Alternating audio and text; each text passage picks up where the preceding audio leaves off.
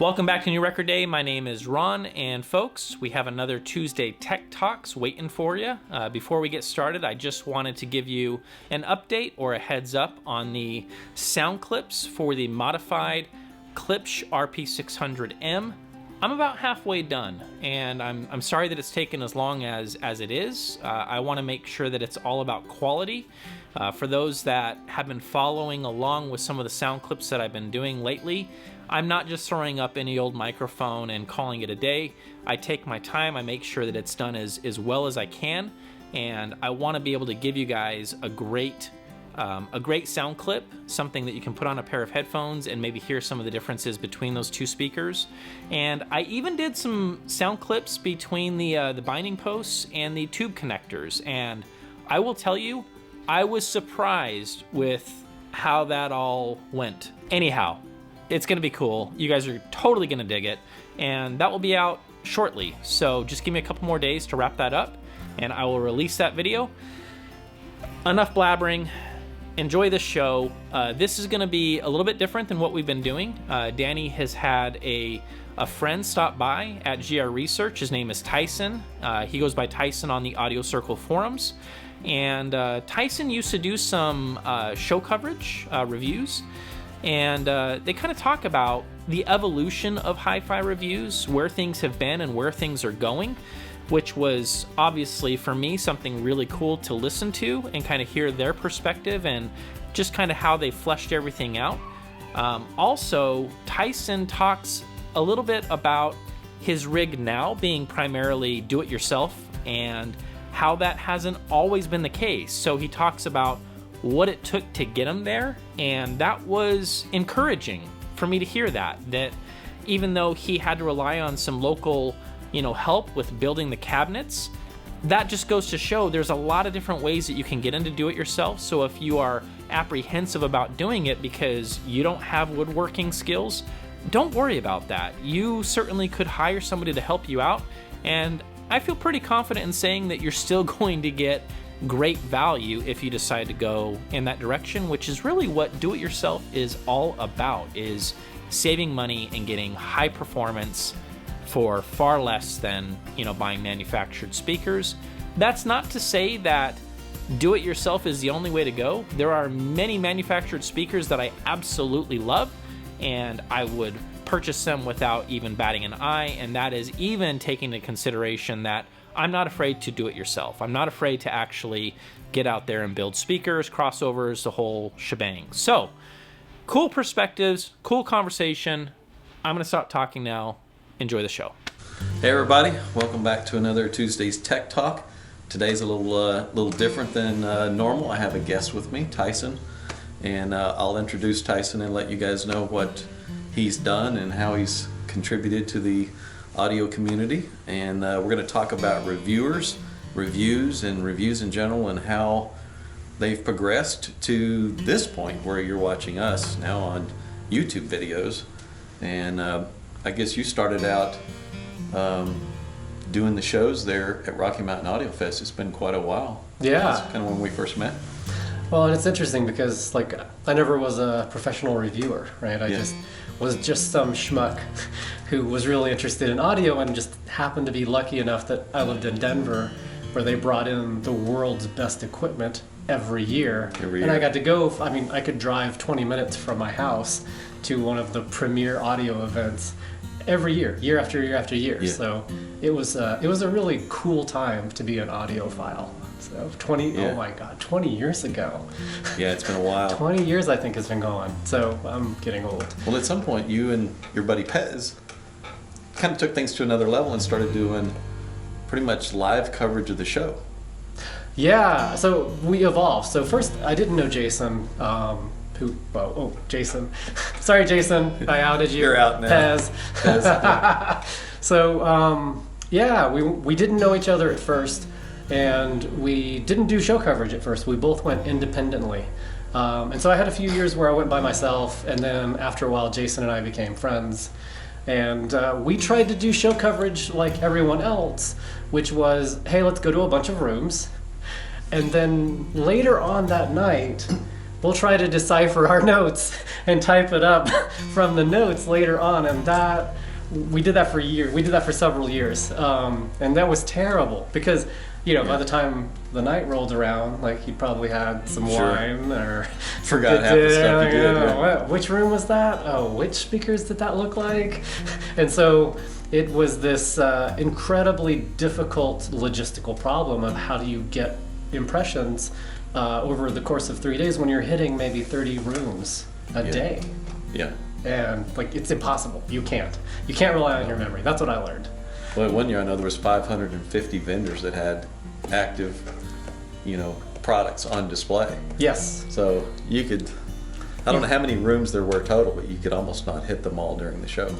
Well, I'll tell you this. So here's our other story. So we got better at it. So what we ended up doing was so there was a list of vendors you could download to a spreadsheet. Yeah. And it had everybody by floor. And so I would go in ahead of time and I would mark off all of the interesting vendors floor by floor by floor several weeks in advance, and then Jason and I would discuss like who are we going to hit and why are we going to hit that particular room, who have we hit in the past, like where's gaps, because the fact is with 500 plus rooms, you literally, like even if you ran from room to room to room, it is physically impossible to hit that many in that time. Yeah. And if you want to do it justice, you have to be methodical and you have to be willing to say, you know what, sorry, some rooms are going to get skipped. Like, I wish we could hit all of them, but you can't. So. I know I used to hit, after hours, a lot of us that all knew each other at the show. We'd see each other every year. We were friends, we were colleagues. We showed together, shared product or bought from one another. We would try to meet up at the end of the days or something and visit each other's rooms and get in a little listening time to see what's new and stuff. But it was really tough for a vendor. It was. We couldn't just get out. No, that was funny. I was able to walk around from room to room and I could get a feel for the state of the industry just by walking around. I could see what was the best and the worst at a particular show. And there was some really great stuff, and there was some spectacular failures too. That's true. But vendors, I realized they don't get a chance to see that because they're stuck in the room for 3 days, so they can't really go out and see what's going on. Yeah, some of them don't realize how good some of the rooms really are. Right. Or how bad most of them really are, Dude, I'd have to say. In the early days, nobody brought room treatment. Zero. Like maybe one or two in the whole first show. year. Yeah, all right. Okay, I'll give you props. But like 98%, no. And so one of the things we started noting was this room might not suck if you had room treatments, but you don't. So it sucks. And we would post like in real time. Yeah. You guys were brutal at first. You guys were, you laid it right out. This room was bad. Well, when we were first doing it, nobody read us. Yeah. So like we could be snarky and have fun and go crazy and like be sort of brutally honest. Yeah. And what ended up happening, so I want to talk a little more about our process before we go on to other stuff. But what we ended up doing was, so I would download the spreadsheet, we would talk about what we wanted to hit, and then eventually we'd worked out the process so that we would have a disc of 5 different songs, radically different genres, everything from like classical vocal to, Jason, so I got to pick 3 tracks and then Jason got to pick 2 crappy tracks. So like if I never hear the Civil Wars ever again, it will, like seriously, I listened to Civil Wars 40 times and I hate that song, and Jason of course like, yeah, let's do it next year. No. Anyway, so we would rotate, but we would have a consistent playlist, and so we would agree on that ahead of time, and then I would rip 60 seconds. So that was our limit. 60 seconds of this song, 60 seconds of Johnny Cash, 60 seconds of Tool, 60 seconds of Mahler, and then we would take that, give it to a person, press play. There's only one track, and then within less than 5 minutes, we would be able to hear exactly what a system was capable of in a very thorough manner. Yep. I remember y'all doing that. I remember y'all coming into my room with, you always had your music ready to go. This is what we want to hear. Yes. And so what we were able to do is once we had the music going, and then we'd done that a few times and we kept trying to type up our notes at night, and that was a horrible failure. It was all memory. We decided, we should we have like this awesome new thing called personal hotspots. Like we could just type up our impressions while we're in the seat.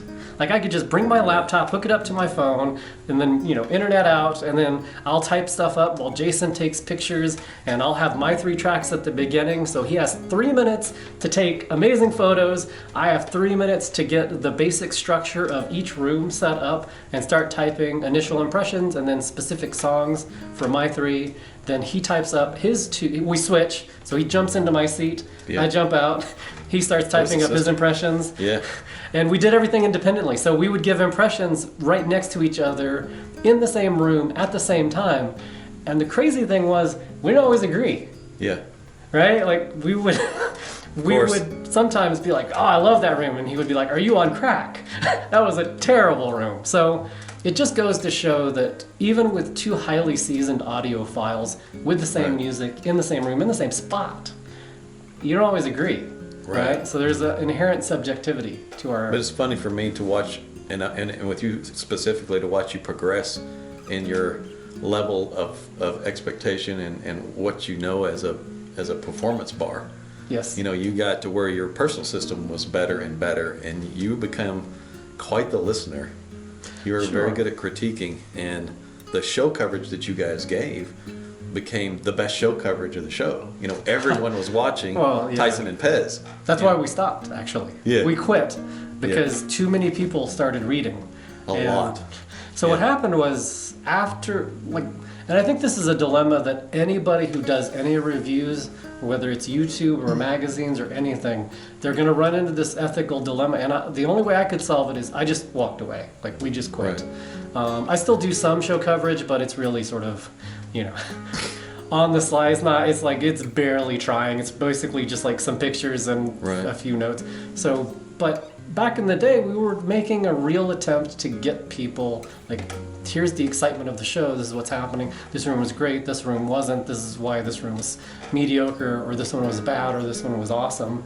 And what we found was people started asking us to go into specific rooms and give our impressions of specific rooms. Right.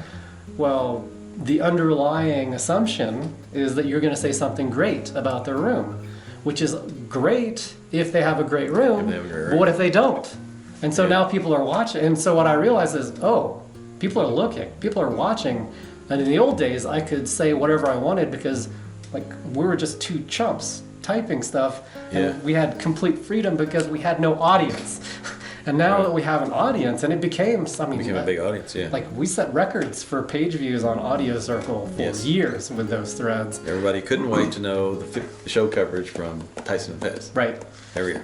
And so, it was day by day. It was it was just scrolling in at real time. Yes. Right then, it was like you were uploading immediate impressions. Yeah, and what happened was I can't be negative, was what I realized. If I'm negative, first off, Jason may not agree. So I'm putting out a negative opinion. The other thing is, if people are watching and I say if I trash a room because I thought it sucked, and I thought a lot of rooms sucked, that's affecting somebody's livelihood.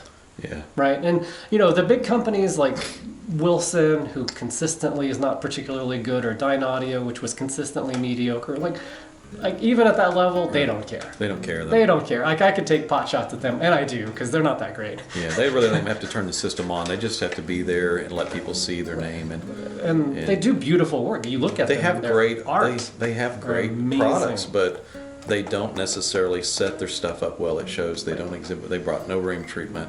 They plop $250,000 worth of gear on the floor, and they just turn it on. Right. And, there'll be reviewers that'll come by and they'll set up something for later where they'll get product, because that's what they're wanting. The reviewers want product, and it's somewhat of a shakedown.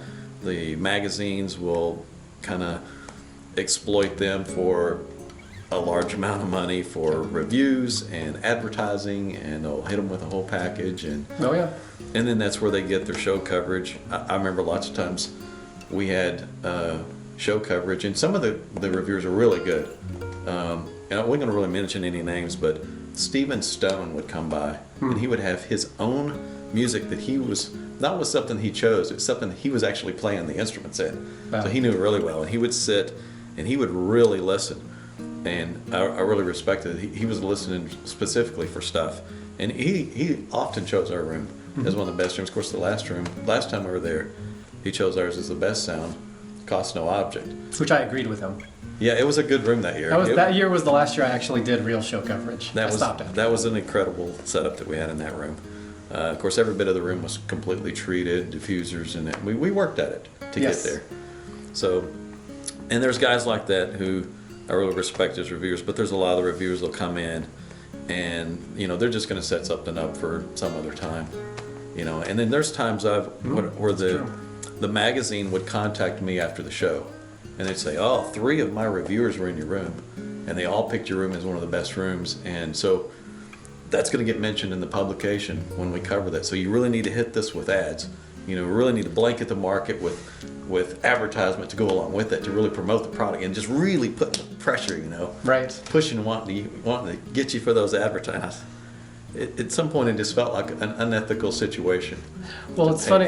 It's funny you mentioned magazines, because Jason and I got 3 job offers from magazines to go and do show coverage. You bet. You were doing a great job. And I think Jason was a little more tempted to do it. I was like, no, we're not. Like, the moment you take money for anything where you're giving an opinion, you have already put yourself in an almost untenable position where, because it comes back to, if you look at all the reviews, why do you never see a negative review?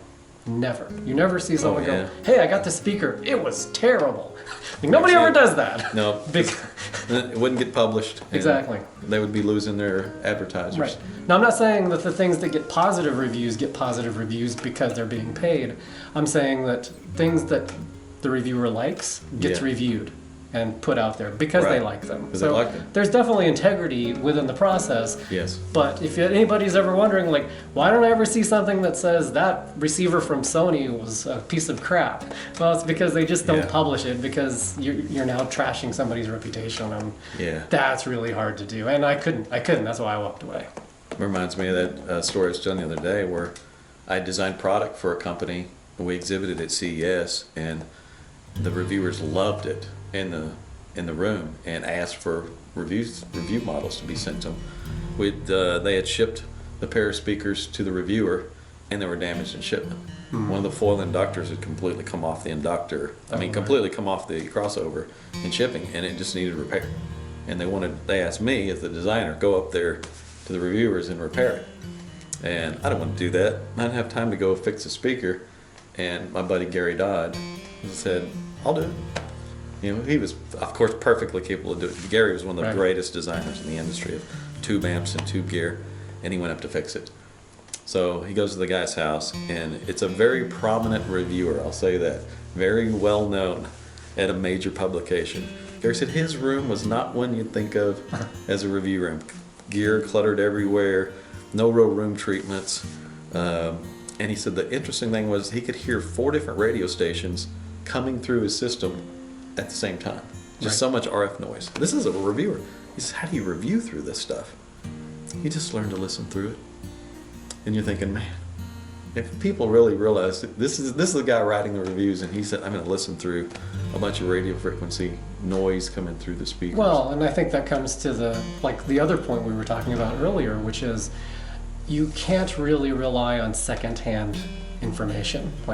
You can't really, reviewers are good to maybe give you a starting point of what to check out yourself. Exactly. But you don't really want to rely on, because their rooms are different. I just went through this with so I'm here actually to upgrade my Klipsch speakers. Yeah. So hello Tech Talk Tuesday.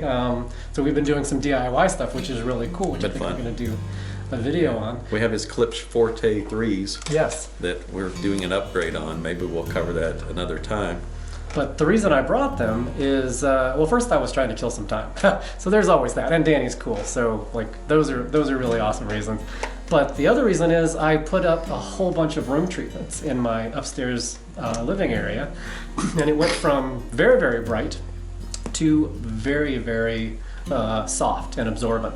And so the Klipsch sounded amazing with all of the things I'd done to tune them to that bright room. but they sounded muted and a little dull when I had up my new room treatment. So, Right. like, you know what? We should change the speakers. We should get them in, measure them, tweak them, bring them up to spec, and then I'm sure once I get them back home, they will be beautiful. Now, someone might say, well, why don't you just sell your speakers? Like, I could do that, but I really like the Klipsch. They sound really good. Like, normally I'm not a Klipsch person because they're fairly shouty. Like, a lot of them are like strident and shouty. You know, they do some things really well, like transparency and dynamics. But the Forte 3 was really the first one where I'm like, oh wow, that's smooth and refined, like more so than almost anything else. That's the one I want. Oh, and it fits nicely with my decor and it can be placed close to the wall. Like, sold, right? Yeah. So for me, I'm like, I like the bones of it enough that it's worth it to bring it up here, rip it apart, see what's inside of it, you know, get some real work done on it and make it to the next level. And it came up the day after Christmas, so my wife was gone on a trip, and it's like, okay, guys get to hang out and have some fun and measure and test some speakers. So that's what got him here, and then I roped him into doing this Tech Talk Tuesday and said, let's talk about the stuff you used to do.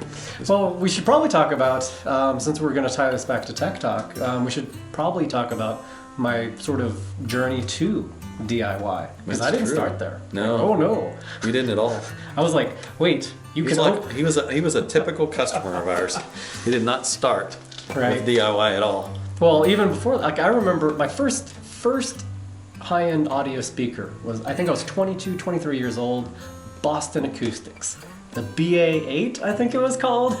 But it sounded so good. I was a music lover before that. Like, you know, from 14, 15, I had this like intense connection to music. I started the same way. But it seemed like other people didn't, right? And so I was on this sort of like, well, I really love music, and it's kind of, so I guess it's a private thing because not many people seem to share it. And then I and I wasn't an audiophile at all, and I was just a music lover. And then by chance, I happened to run across these speakers. I don't even remember where, and I think it was like the Brahms German Requiem. Like, and I wasn't even into classical music at the time. And so I put that on, and then like the big vocal chorus sort of creeps up and fills in, and I was like, I don't know what that is, but I want it. And then that's when I became an audiophile. I had that transcendent musical experience where I'm like, oh, that's way better than what I've been listening to.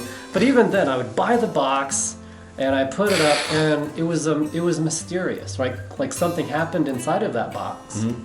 Oh, we're getting blinking lights. I'm getting low. I get a warning on that light saying your battery's starting to get low. We better finish up quick. Yeah. All right. We got time. It'll stay on for a little bit longer. All right. Then, I think I was like most people, right? I liked sound. Yeah. I liked equipment. I bought it. It was like but the inner workings, like how does that amp work? How does this speaker, like, I don't know. And if I open it up, I'll probably break it, right? Like that's like, and I would have. I didn't know what I was doing. And there wasn't the internet. Right? I couldn't look things up, and I couldn't figure things out. This generation doesn't know what it's like to live without the internet. Yeah, that's true. We didn't have that. We didn't have the internet. You usually figured things out by breaking them. In the old days, that's how you figured stuff. I take things apart. That's what I do. Yeah. But I did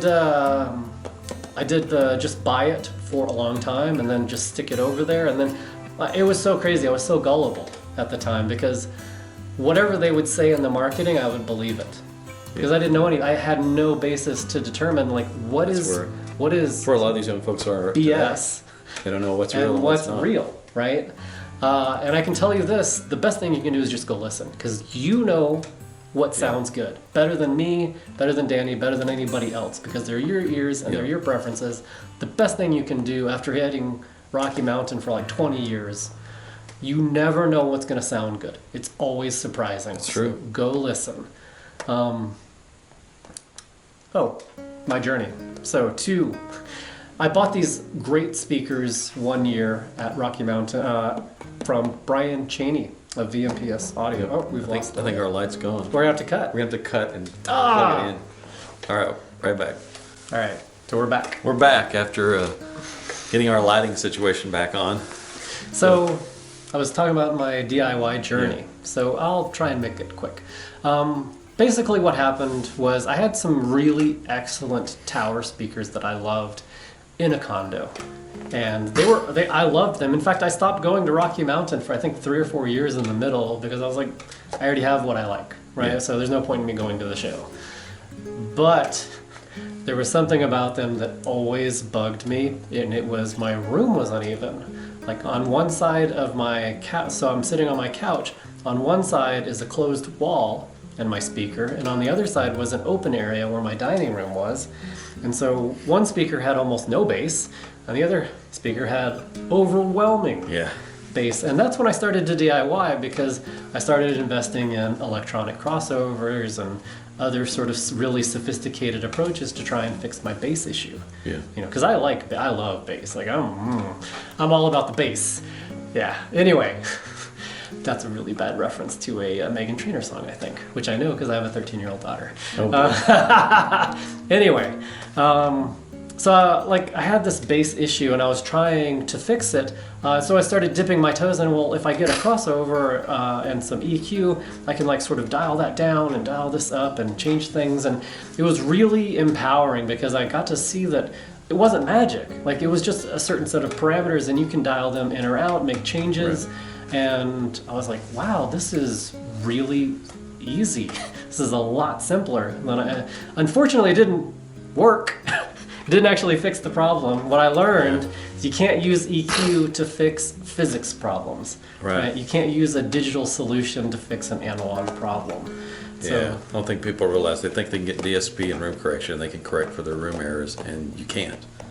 It'll do something. In the low frequency ranges, stuff, but it won't fix it. Yeah, in the lower ranges where everything's more omnidirectional, you can change the amplitude in that region, and you're changing it overall. But if you got a peak at 3K or something like that, you can turn it down at 3K, but that reflection's still there. It is. It's still coming from an area in the room that you don't want it to come from. There's just no fixing it. Oh yeah, yeah. As I proved to myself over the course of about it was a 3-year intensive process for me to exhaust every technical possibility I could with box speakers. And so then I started going back to the show because I was like, I feel like I could do better, but nothing is really working with my current approach. So let me see what else is out there. And that was when I think open baffle speakers first started. And I think it was the year before you did the Super V, right? So that hadn't quite happened yet. But I was looking for a different solution that could fix the issue without me resorting to these really complicated EQ schemes that I've been trying to work through. And so I didn't see anything that first year, but then the second year you did the Super V, and it fixed the issue that I had with most other OB speakers that I heard up until that time. Most OB speakers, they suck in the bass. They're just, like, I can fart more bass than most OB speakers can produce. Yeah, and all of a sudden you just heard speakers that had servo-controlled woofers in the bottom. Yeah. Played flat to 20 hertz. Exactly. So I'm Whole different ballgame. That sounds like something interesting. So I bought the smaller scaled down version, which was the V2, and I built it. I didn't do it alone. I had help. There was a guy, local woodworker, helped me. But it turned out pretty well. It's not super complicated. Right. And I put it up there. I can't convey how happy and angry I was at the same time. Because within 30 seconds, all of my issues were fixed, right? All of the bass problems completely solved. And I'm like, oh my God, this is awesome. Why have I wasted the last 3 years? This is ridiculous. That's true. So it was crazy. Like, it was just a more elegant solution for the issue that I've been seeing. And what I've realized since then is I'm not alone. Like, my room was not unique. Every room has issues. Yeah. And so I've been an OB person ever since then. And I've been a DIY person ever since then, because I'm like, oh, I did that. I can certainly do more. And what everybody told me, which was, hey, Wilson Watt puppies or the Contours or, these really big dynamic box speakers are the best you're ever going to hear. That might be true if you have a dedicated room that you built from scratch with like golden ratios, right? Like, that might be true, but I'm not that person. Even at the shows, I mean, we'd go to the shows and a lot of those speaker companies you just mentioned, you'd walk in the room and they have really boomy bass, and it would overwhelm everything. You'd think, oh, That's true. I just hate listening to it. And in our case, we just balance out the servo subs in the lower end, which didn't load the room to begin with, really. Right, You just exactly. balance out the amplitude, and we were flat. We should do a tech talk where we just talk about bass. Yeah. Like that's what we should do next, because that's a whole topic, and That's there's true. a lot to know. Yeah, and you moved up from the V2s. You're now with Super 7s. Yes. So it took a few more years, but eventually, Danny. So I liked the Super V. The bass was certainly world changing, like game changing, like better than anything else. Like it was one of those things where I was like, why is nobody else using this? Because sometimes a better solution is just flat out better than everything else. And in the bass, that was true. But I have to confess, I didn't like the top part of the Super Vs. They were a little rough. Those pro drivers, and a little too unrefined. Those were a fun. Yeah, they were rock and roll. They were a speakers. rock and roll speaker. But 2 years later, you came with a Super 7, which had the planar which magnetic had these, drivers. the planar, and finally, the top end was just as capable as the bottom end, which means that was a great speaker. All right, let me qualify that. When I say just as good, the bass is best in the world. It is. And now with the Super 7s, or these, the line forces. Line forces. The planar magnetics match the bass in every way. So you get a perfectly balanced speaker, top to bottom, that is, like at this point I've heard everything. I've heard everything from everyone for decades. Yeah, I mean, I can tell you're at that level now. You've got one of the top level systems now. Speakers and electronics. You brought some of your gear in that we played with, and we had a lot of. He's got some really nice sounding amps, and we could hear instantly the differences for everything we did, from a cable change to the amps and how they sounded, and because of the level of the system, and we were playing on everything. He got to hear everything while he was here. I made it a point to listen to every single speaker in this room. So he'll probably post a little something later. I'll do some write-ups. Yeah. Something on it to give some feedback, but which reminds me of Ron Burnett, who hosts all this at New Record Day. He has the NXonicas, which are the ones over my shoulder here, and he's gone through a similar journey. He's gone now to open baffle, and he's, as I say, ruined also. You kind of get ruined. You reach a level to where you realize now you walk into Rocky Mountain or some of the big shows, and you're like, everything else is kind of, because it's just not at the same level in some ways. And I think that is true. Like you have standards that escalate as you like. Yeah, it's not just me. I think anybody in the hobby. Yeah. Like as you've escalated to a top level, and Tyson's reached that level, and Ron at New Record Day, he's reached that level. He really has reference level systems, so when he reviews stuff, even when he reviews budget gear, he still has a standard where he knows what the capabilities are. Yes. So I really respect him as a reviewer for that reason. And when I first realized what he was doing, Ron was doing these video reviews. It was just so refreshing. It was like when you and Pez first started, you were enthusiastic. Yeah, and you had no accountability to anyone. Right. Oh yeah, and that's true. You could just say what you want, and here Ron, he's so honest, and could just say anything. And now he's developed a big audience, of course. Yeah. So he's trying to be tactful in what he says, but still be an honest reviewer. And, yes. But he's balancing that pretty well. It's you know what, I couldn't do it. Like, it's tough. It's tough. Yeah. And he's doing a really good job. And I could see as he started doing this, this is it. I mean, as an industry, this is how we reach the next generation, because they're not reading those magazines anymore. No. I mean, the review magazines, I don't know where they might not be around in 4 or 5 more years. I don't know. But this is the way to reach the younger audience. They want instant information. Yes. And you can't hide it. You can't be a creative writer and just turn the speakers on and just start writing fluffy stuff. You can't do that in a video review. I mean, they're going to know from the way you're talking about the speaker, whether you're enthusiastic about it or not. You can't hide it. And there you are, you're laying it on the line, and that honesty just comes through. Yes. And I think people are hungry for that, and it's really refreshing. Yes. So I think that's where the industry needs to move as far as reviews and stuff. And I applaud him, and he's kind of pioneered that, like you guys pioneered the instant information at the shows that no one was doing. The hot take. We were doing the hot take. It was the hot take, man. So, yeah. that was it for. I guess that's it for this week. All right, it was good, man. It was fun. Fun talking. Yeah. So I hope you guys enjoyed it. We veered a little away from the actual technical stuff to talk about a little industry insider stuff a little bit here and talk about reviewers. But yeah, it's just where it went, and that's what we ran with. So All right. more next week. Thanks for viewing. See you guys.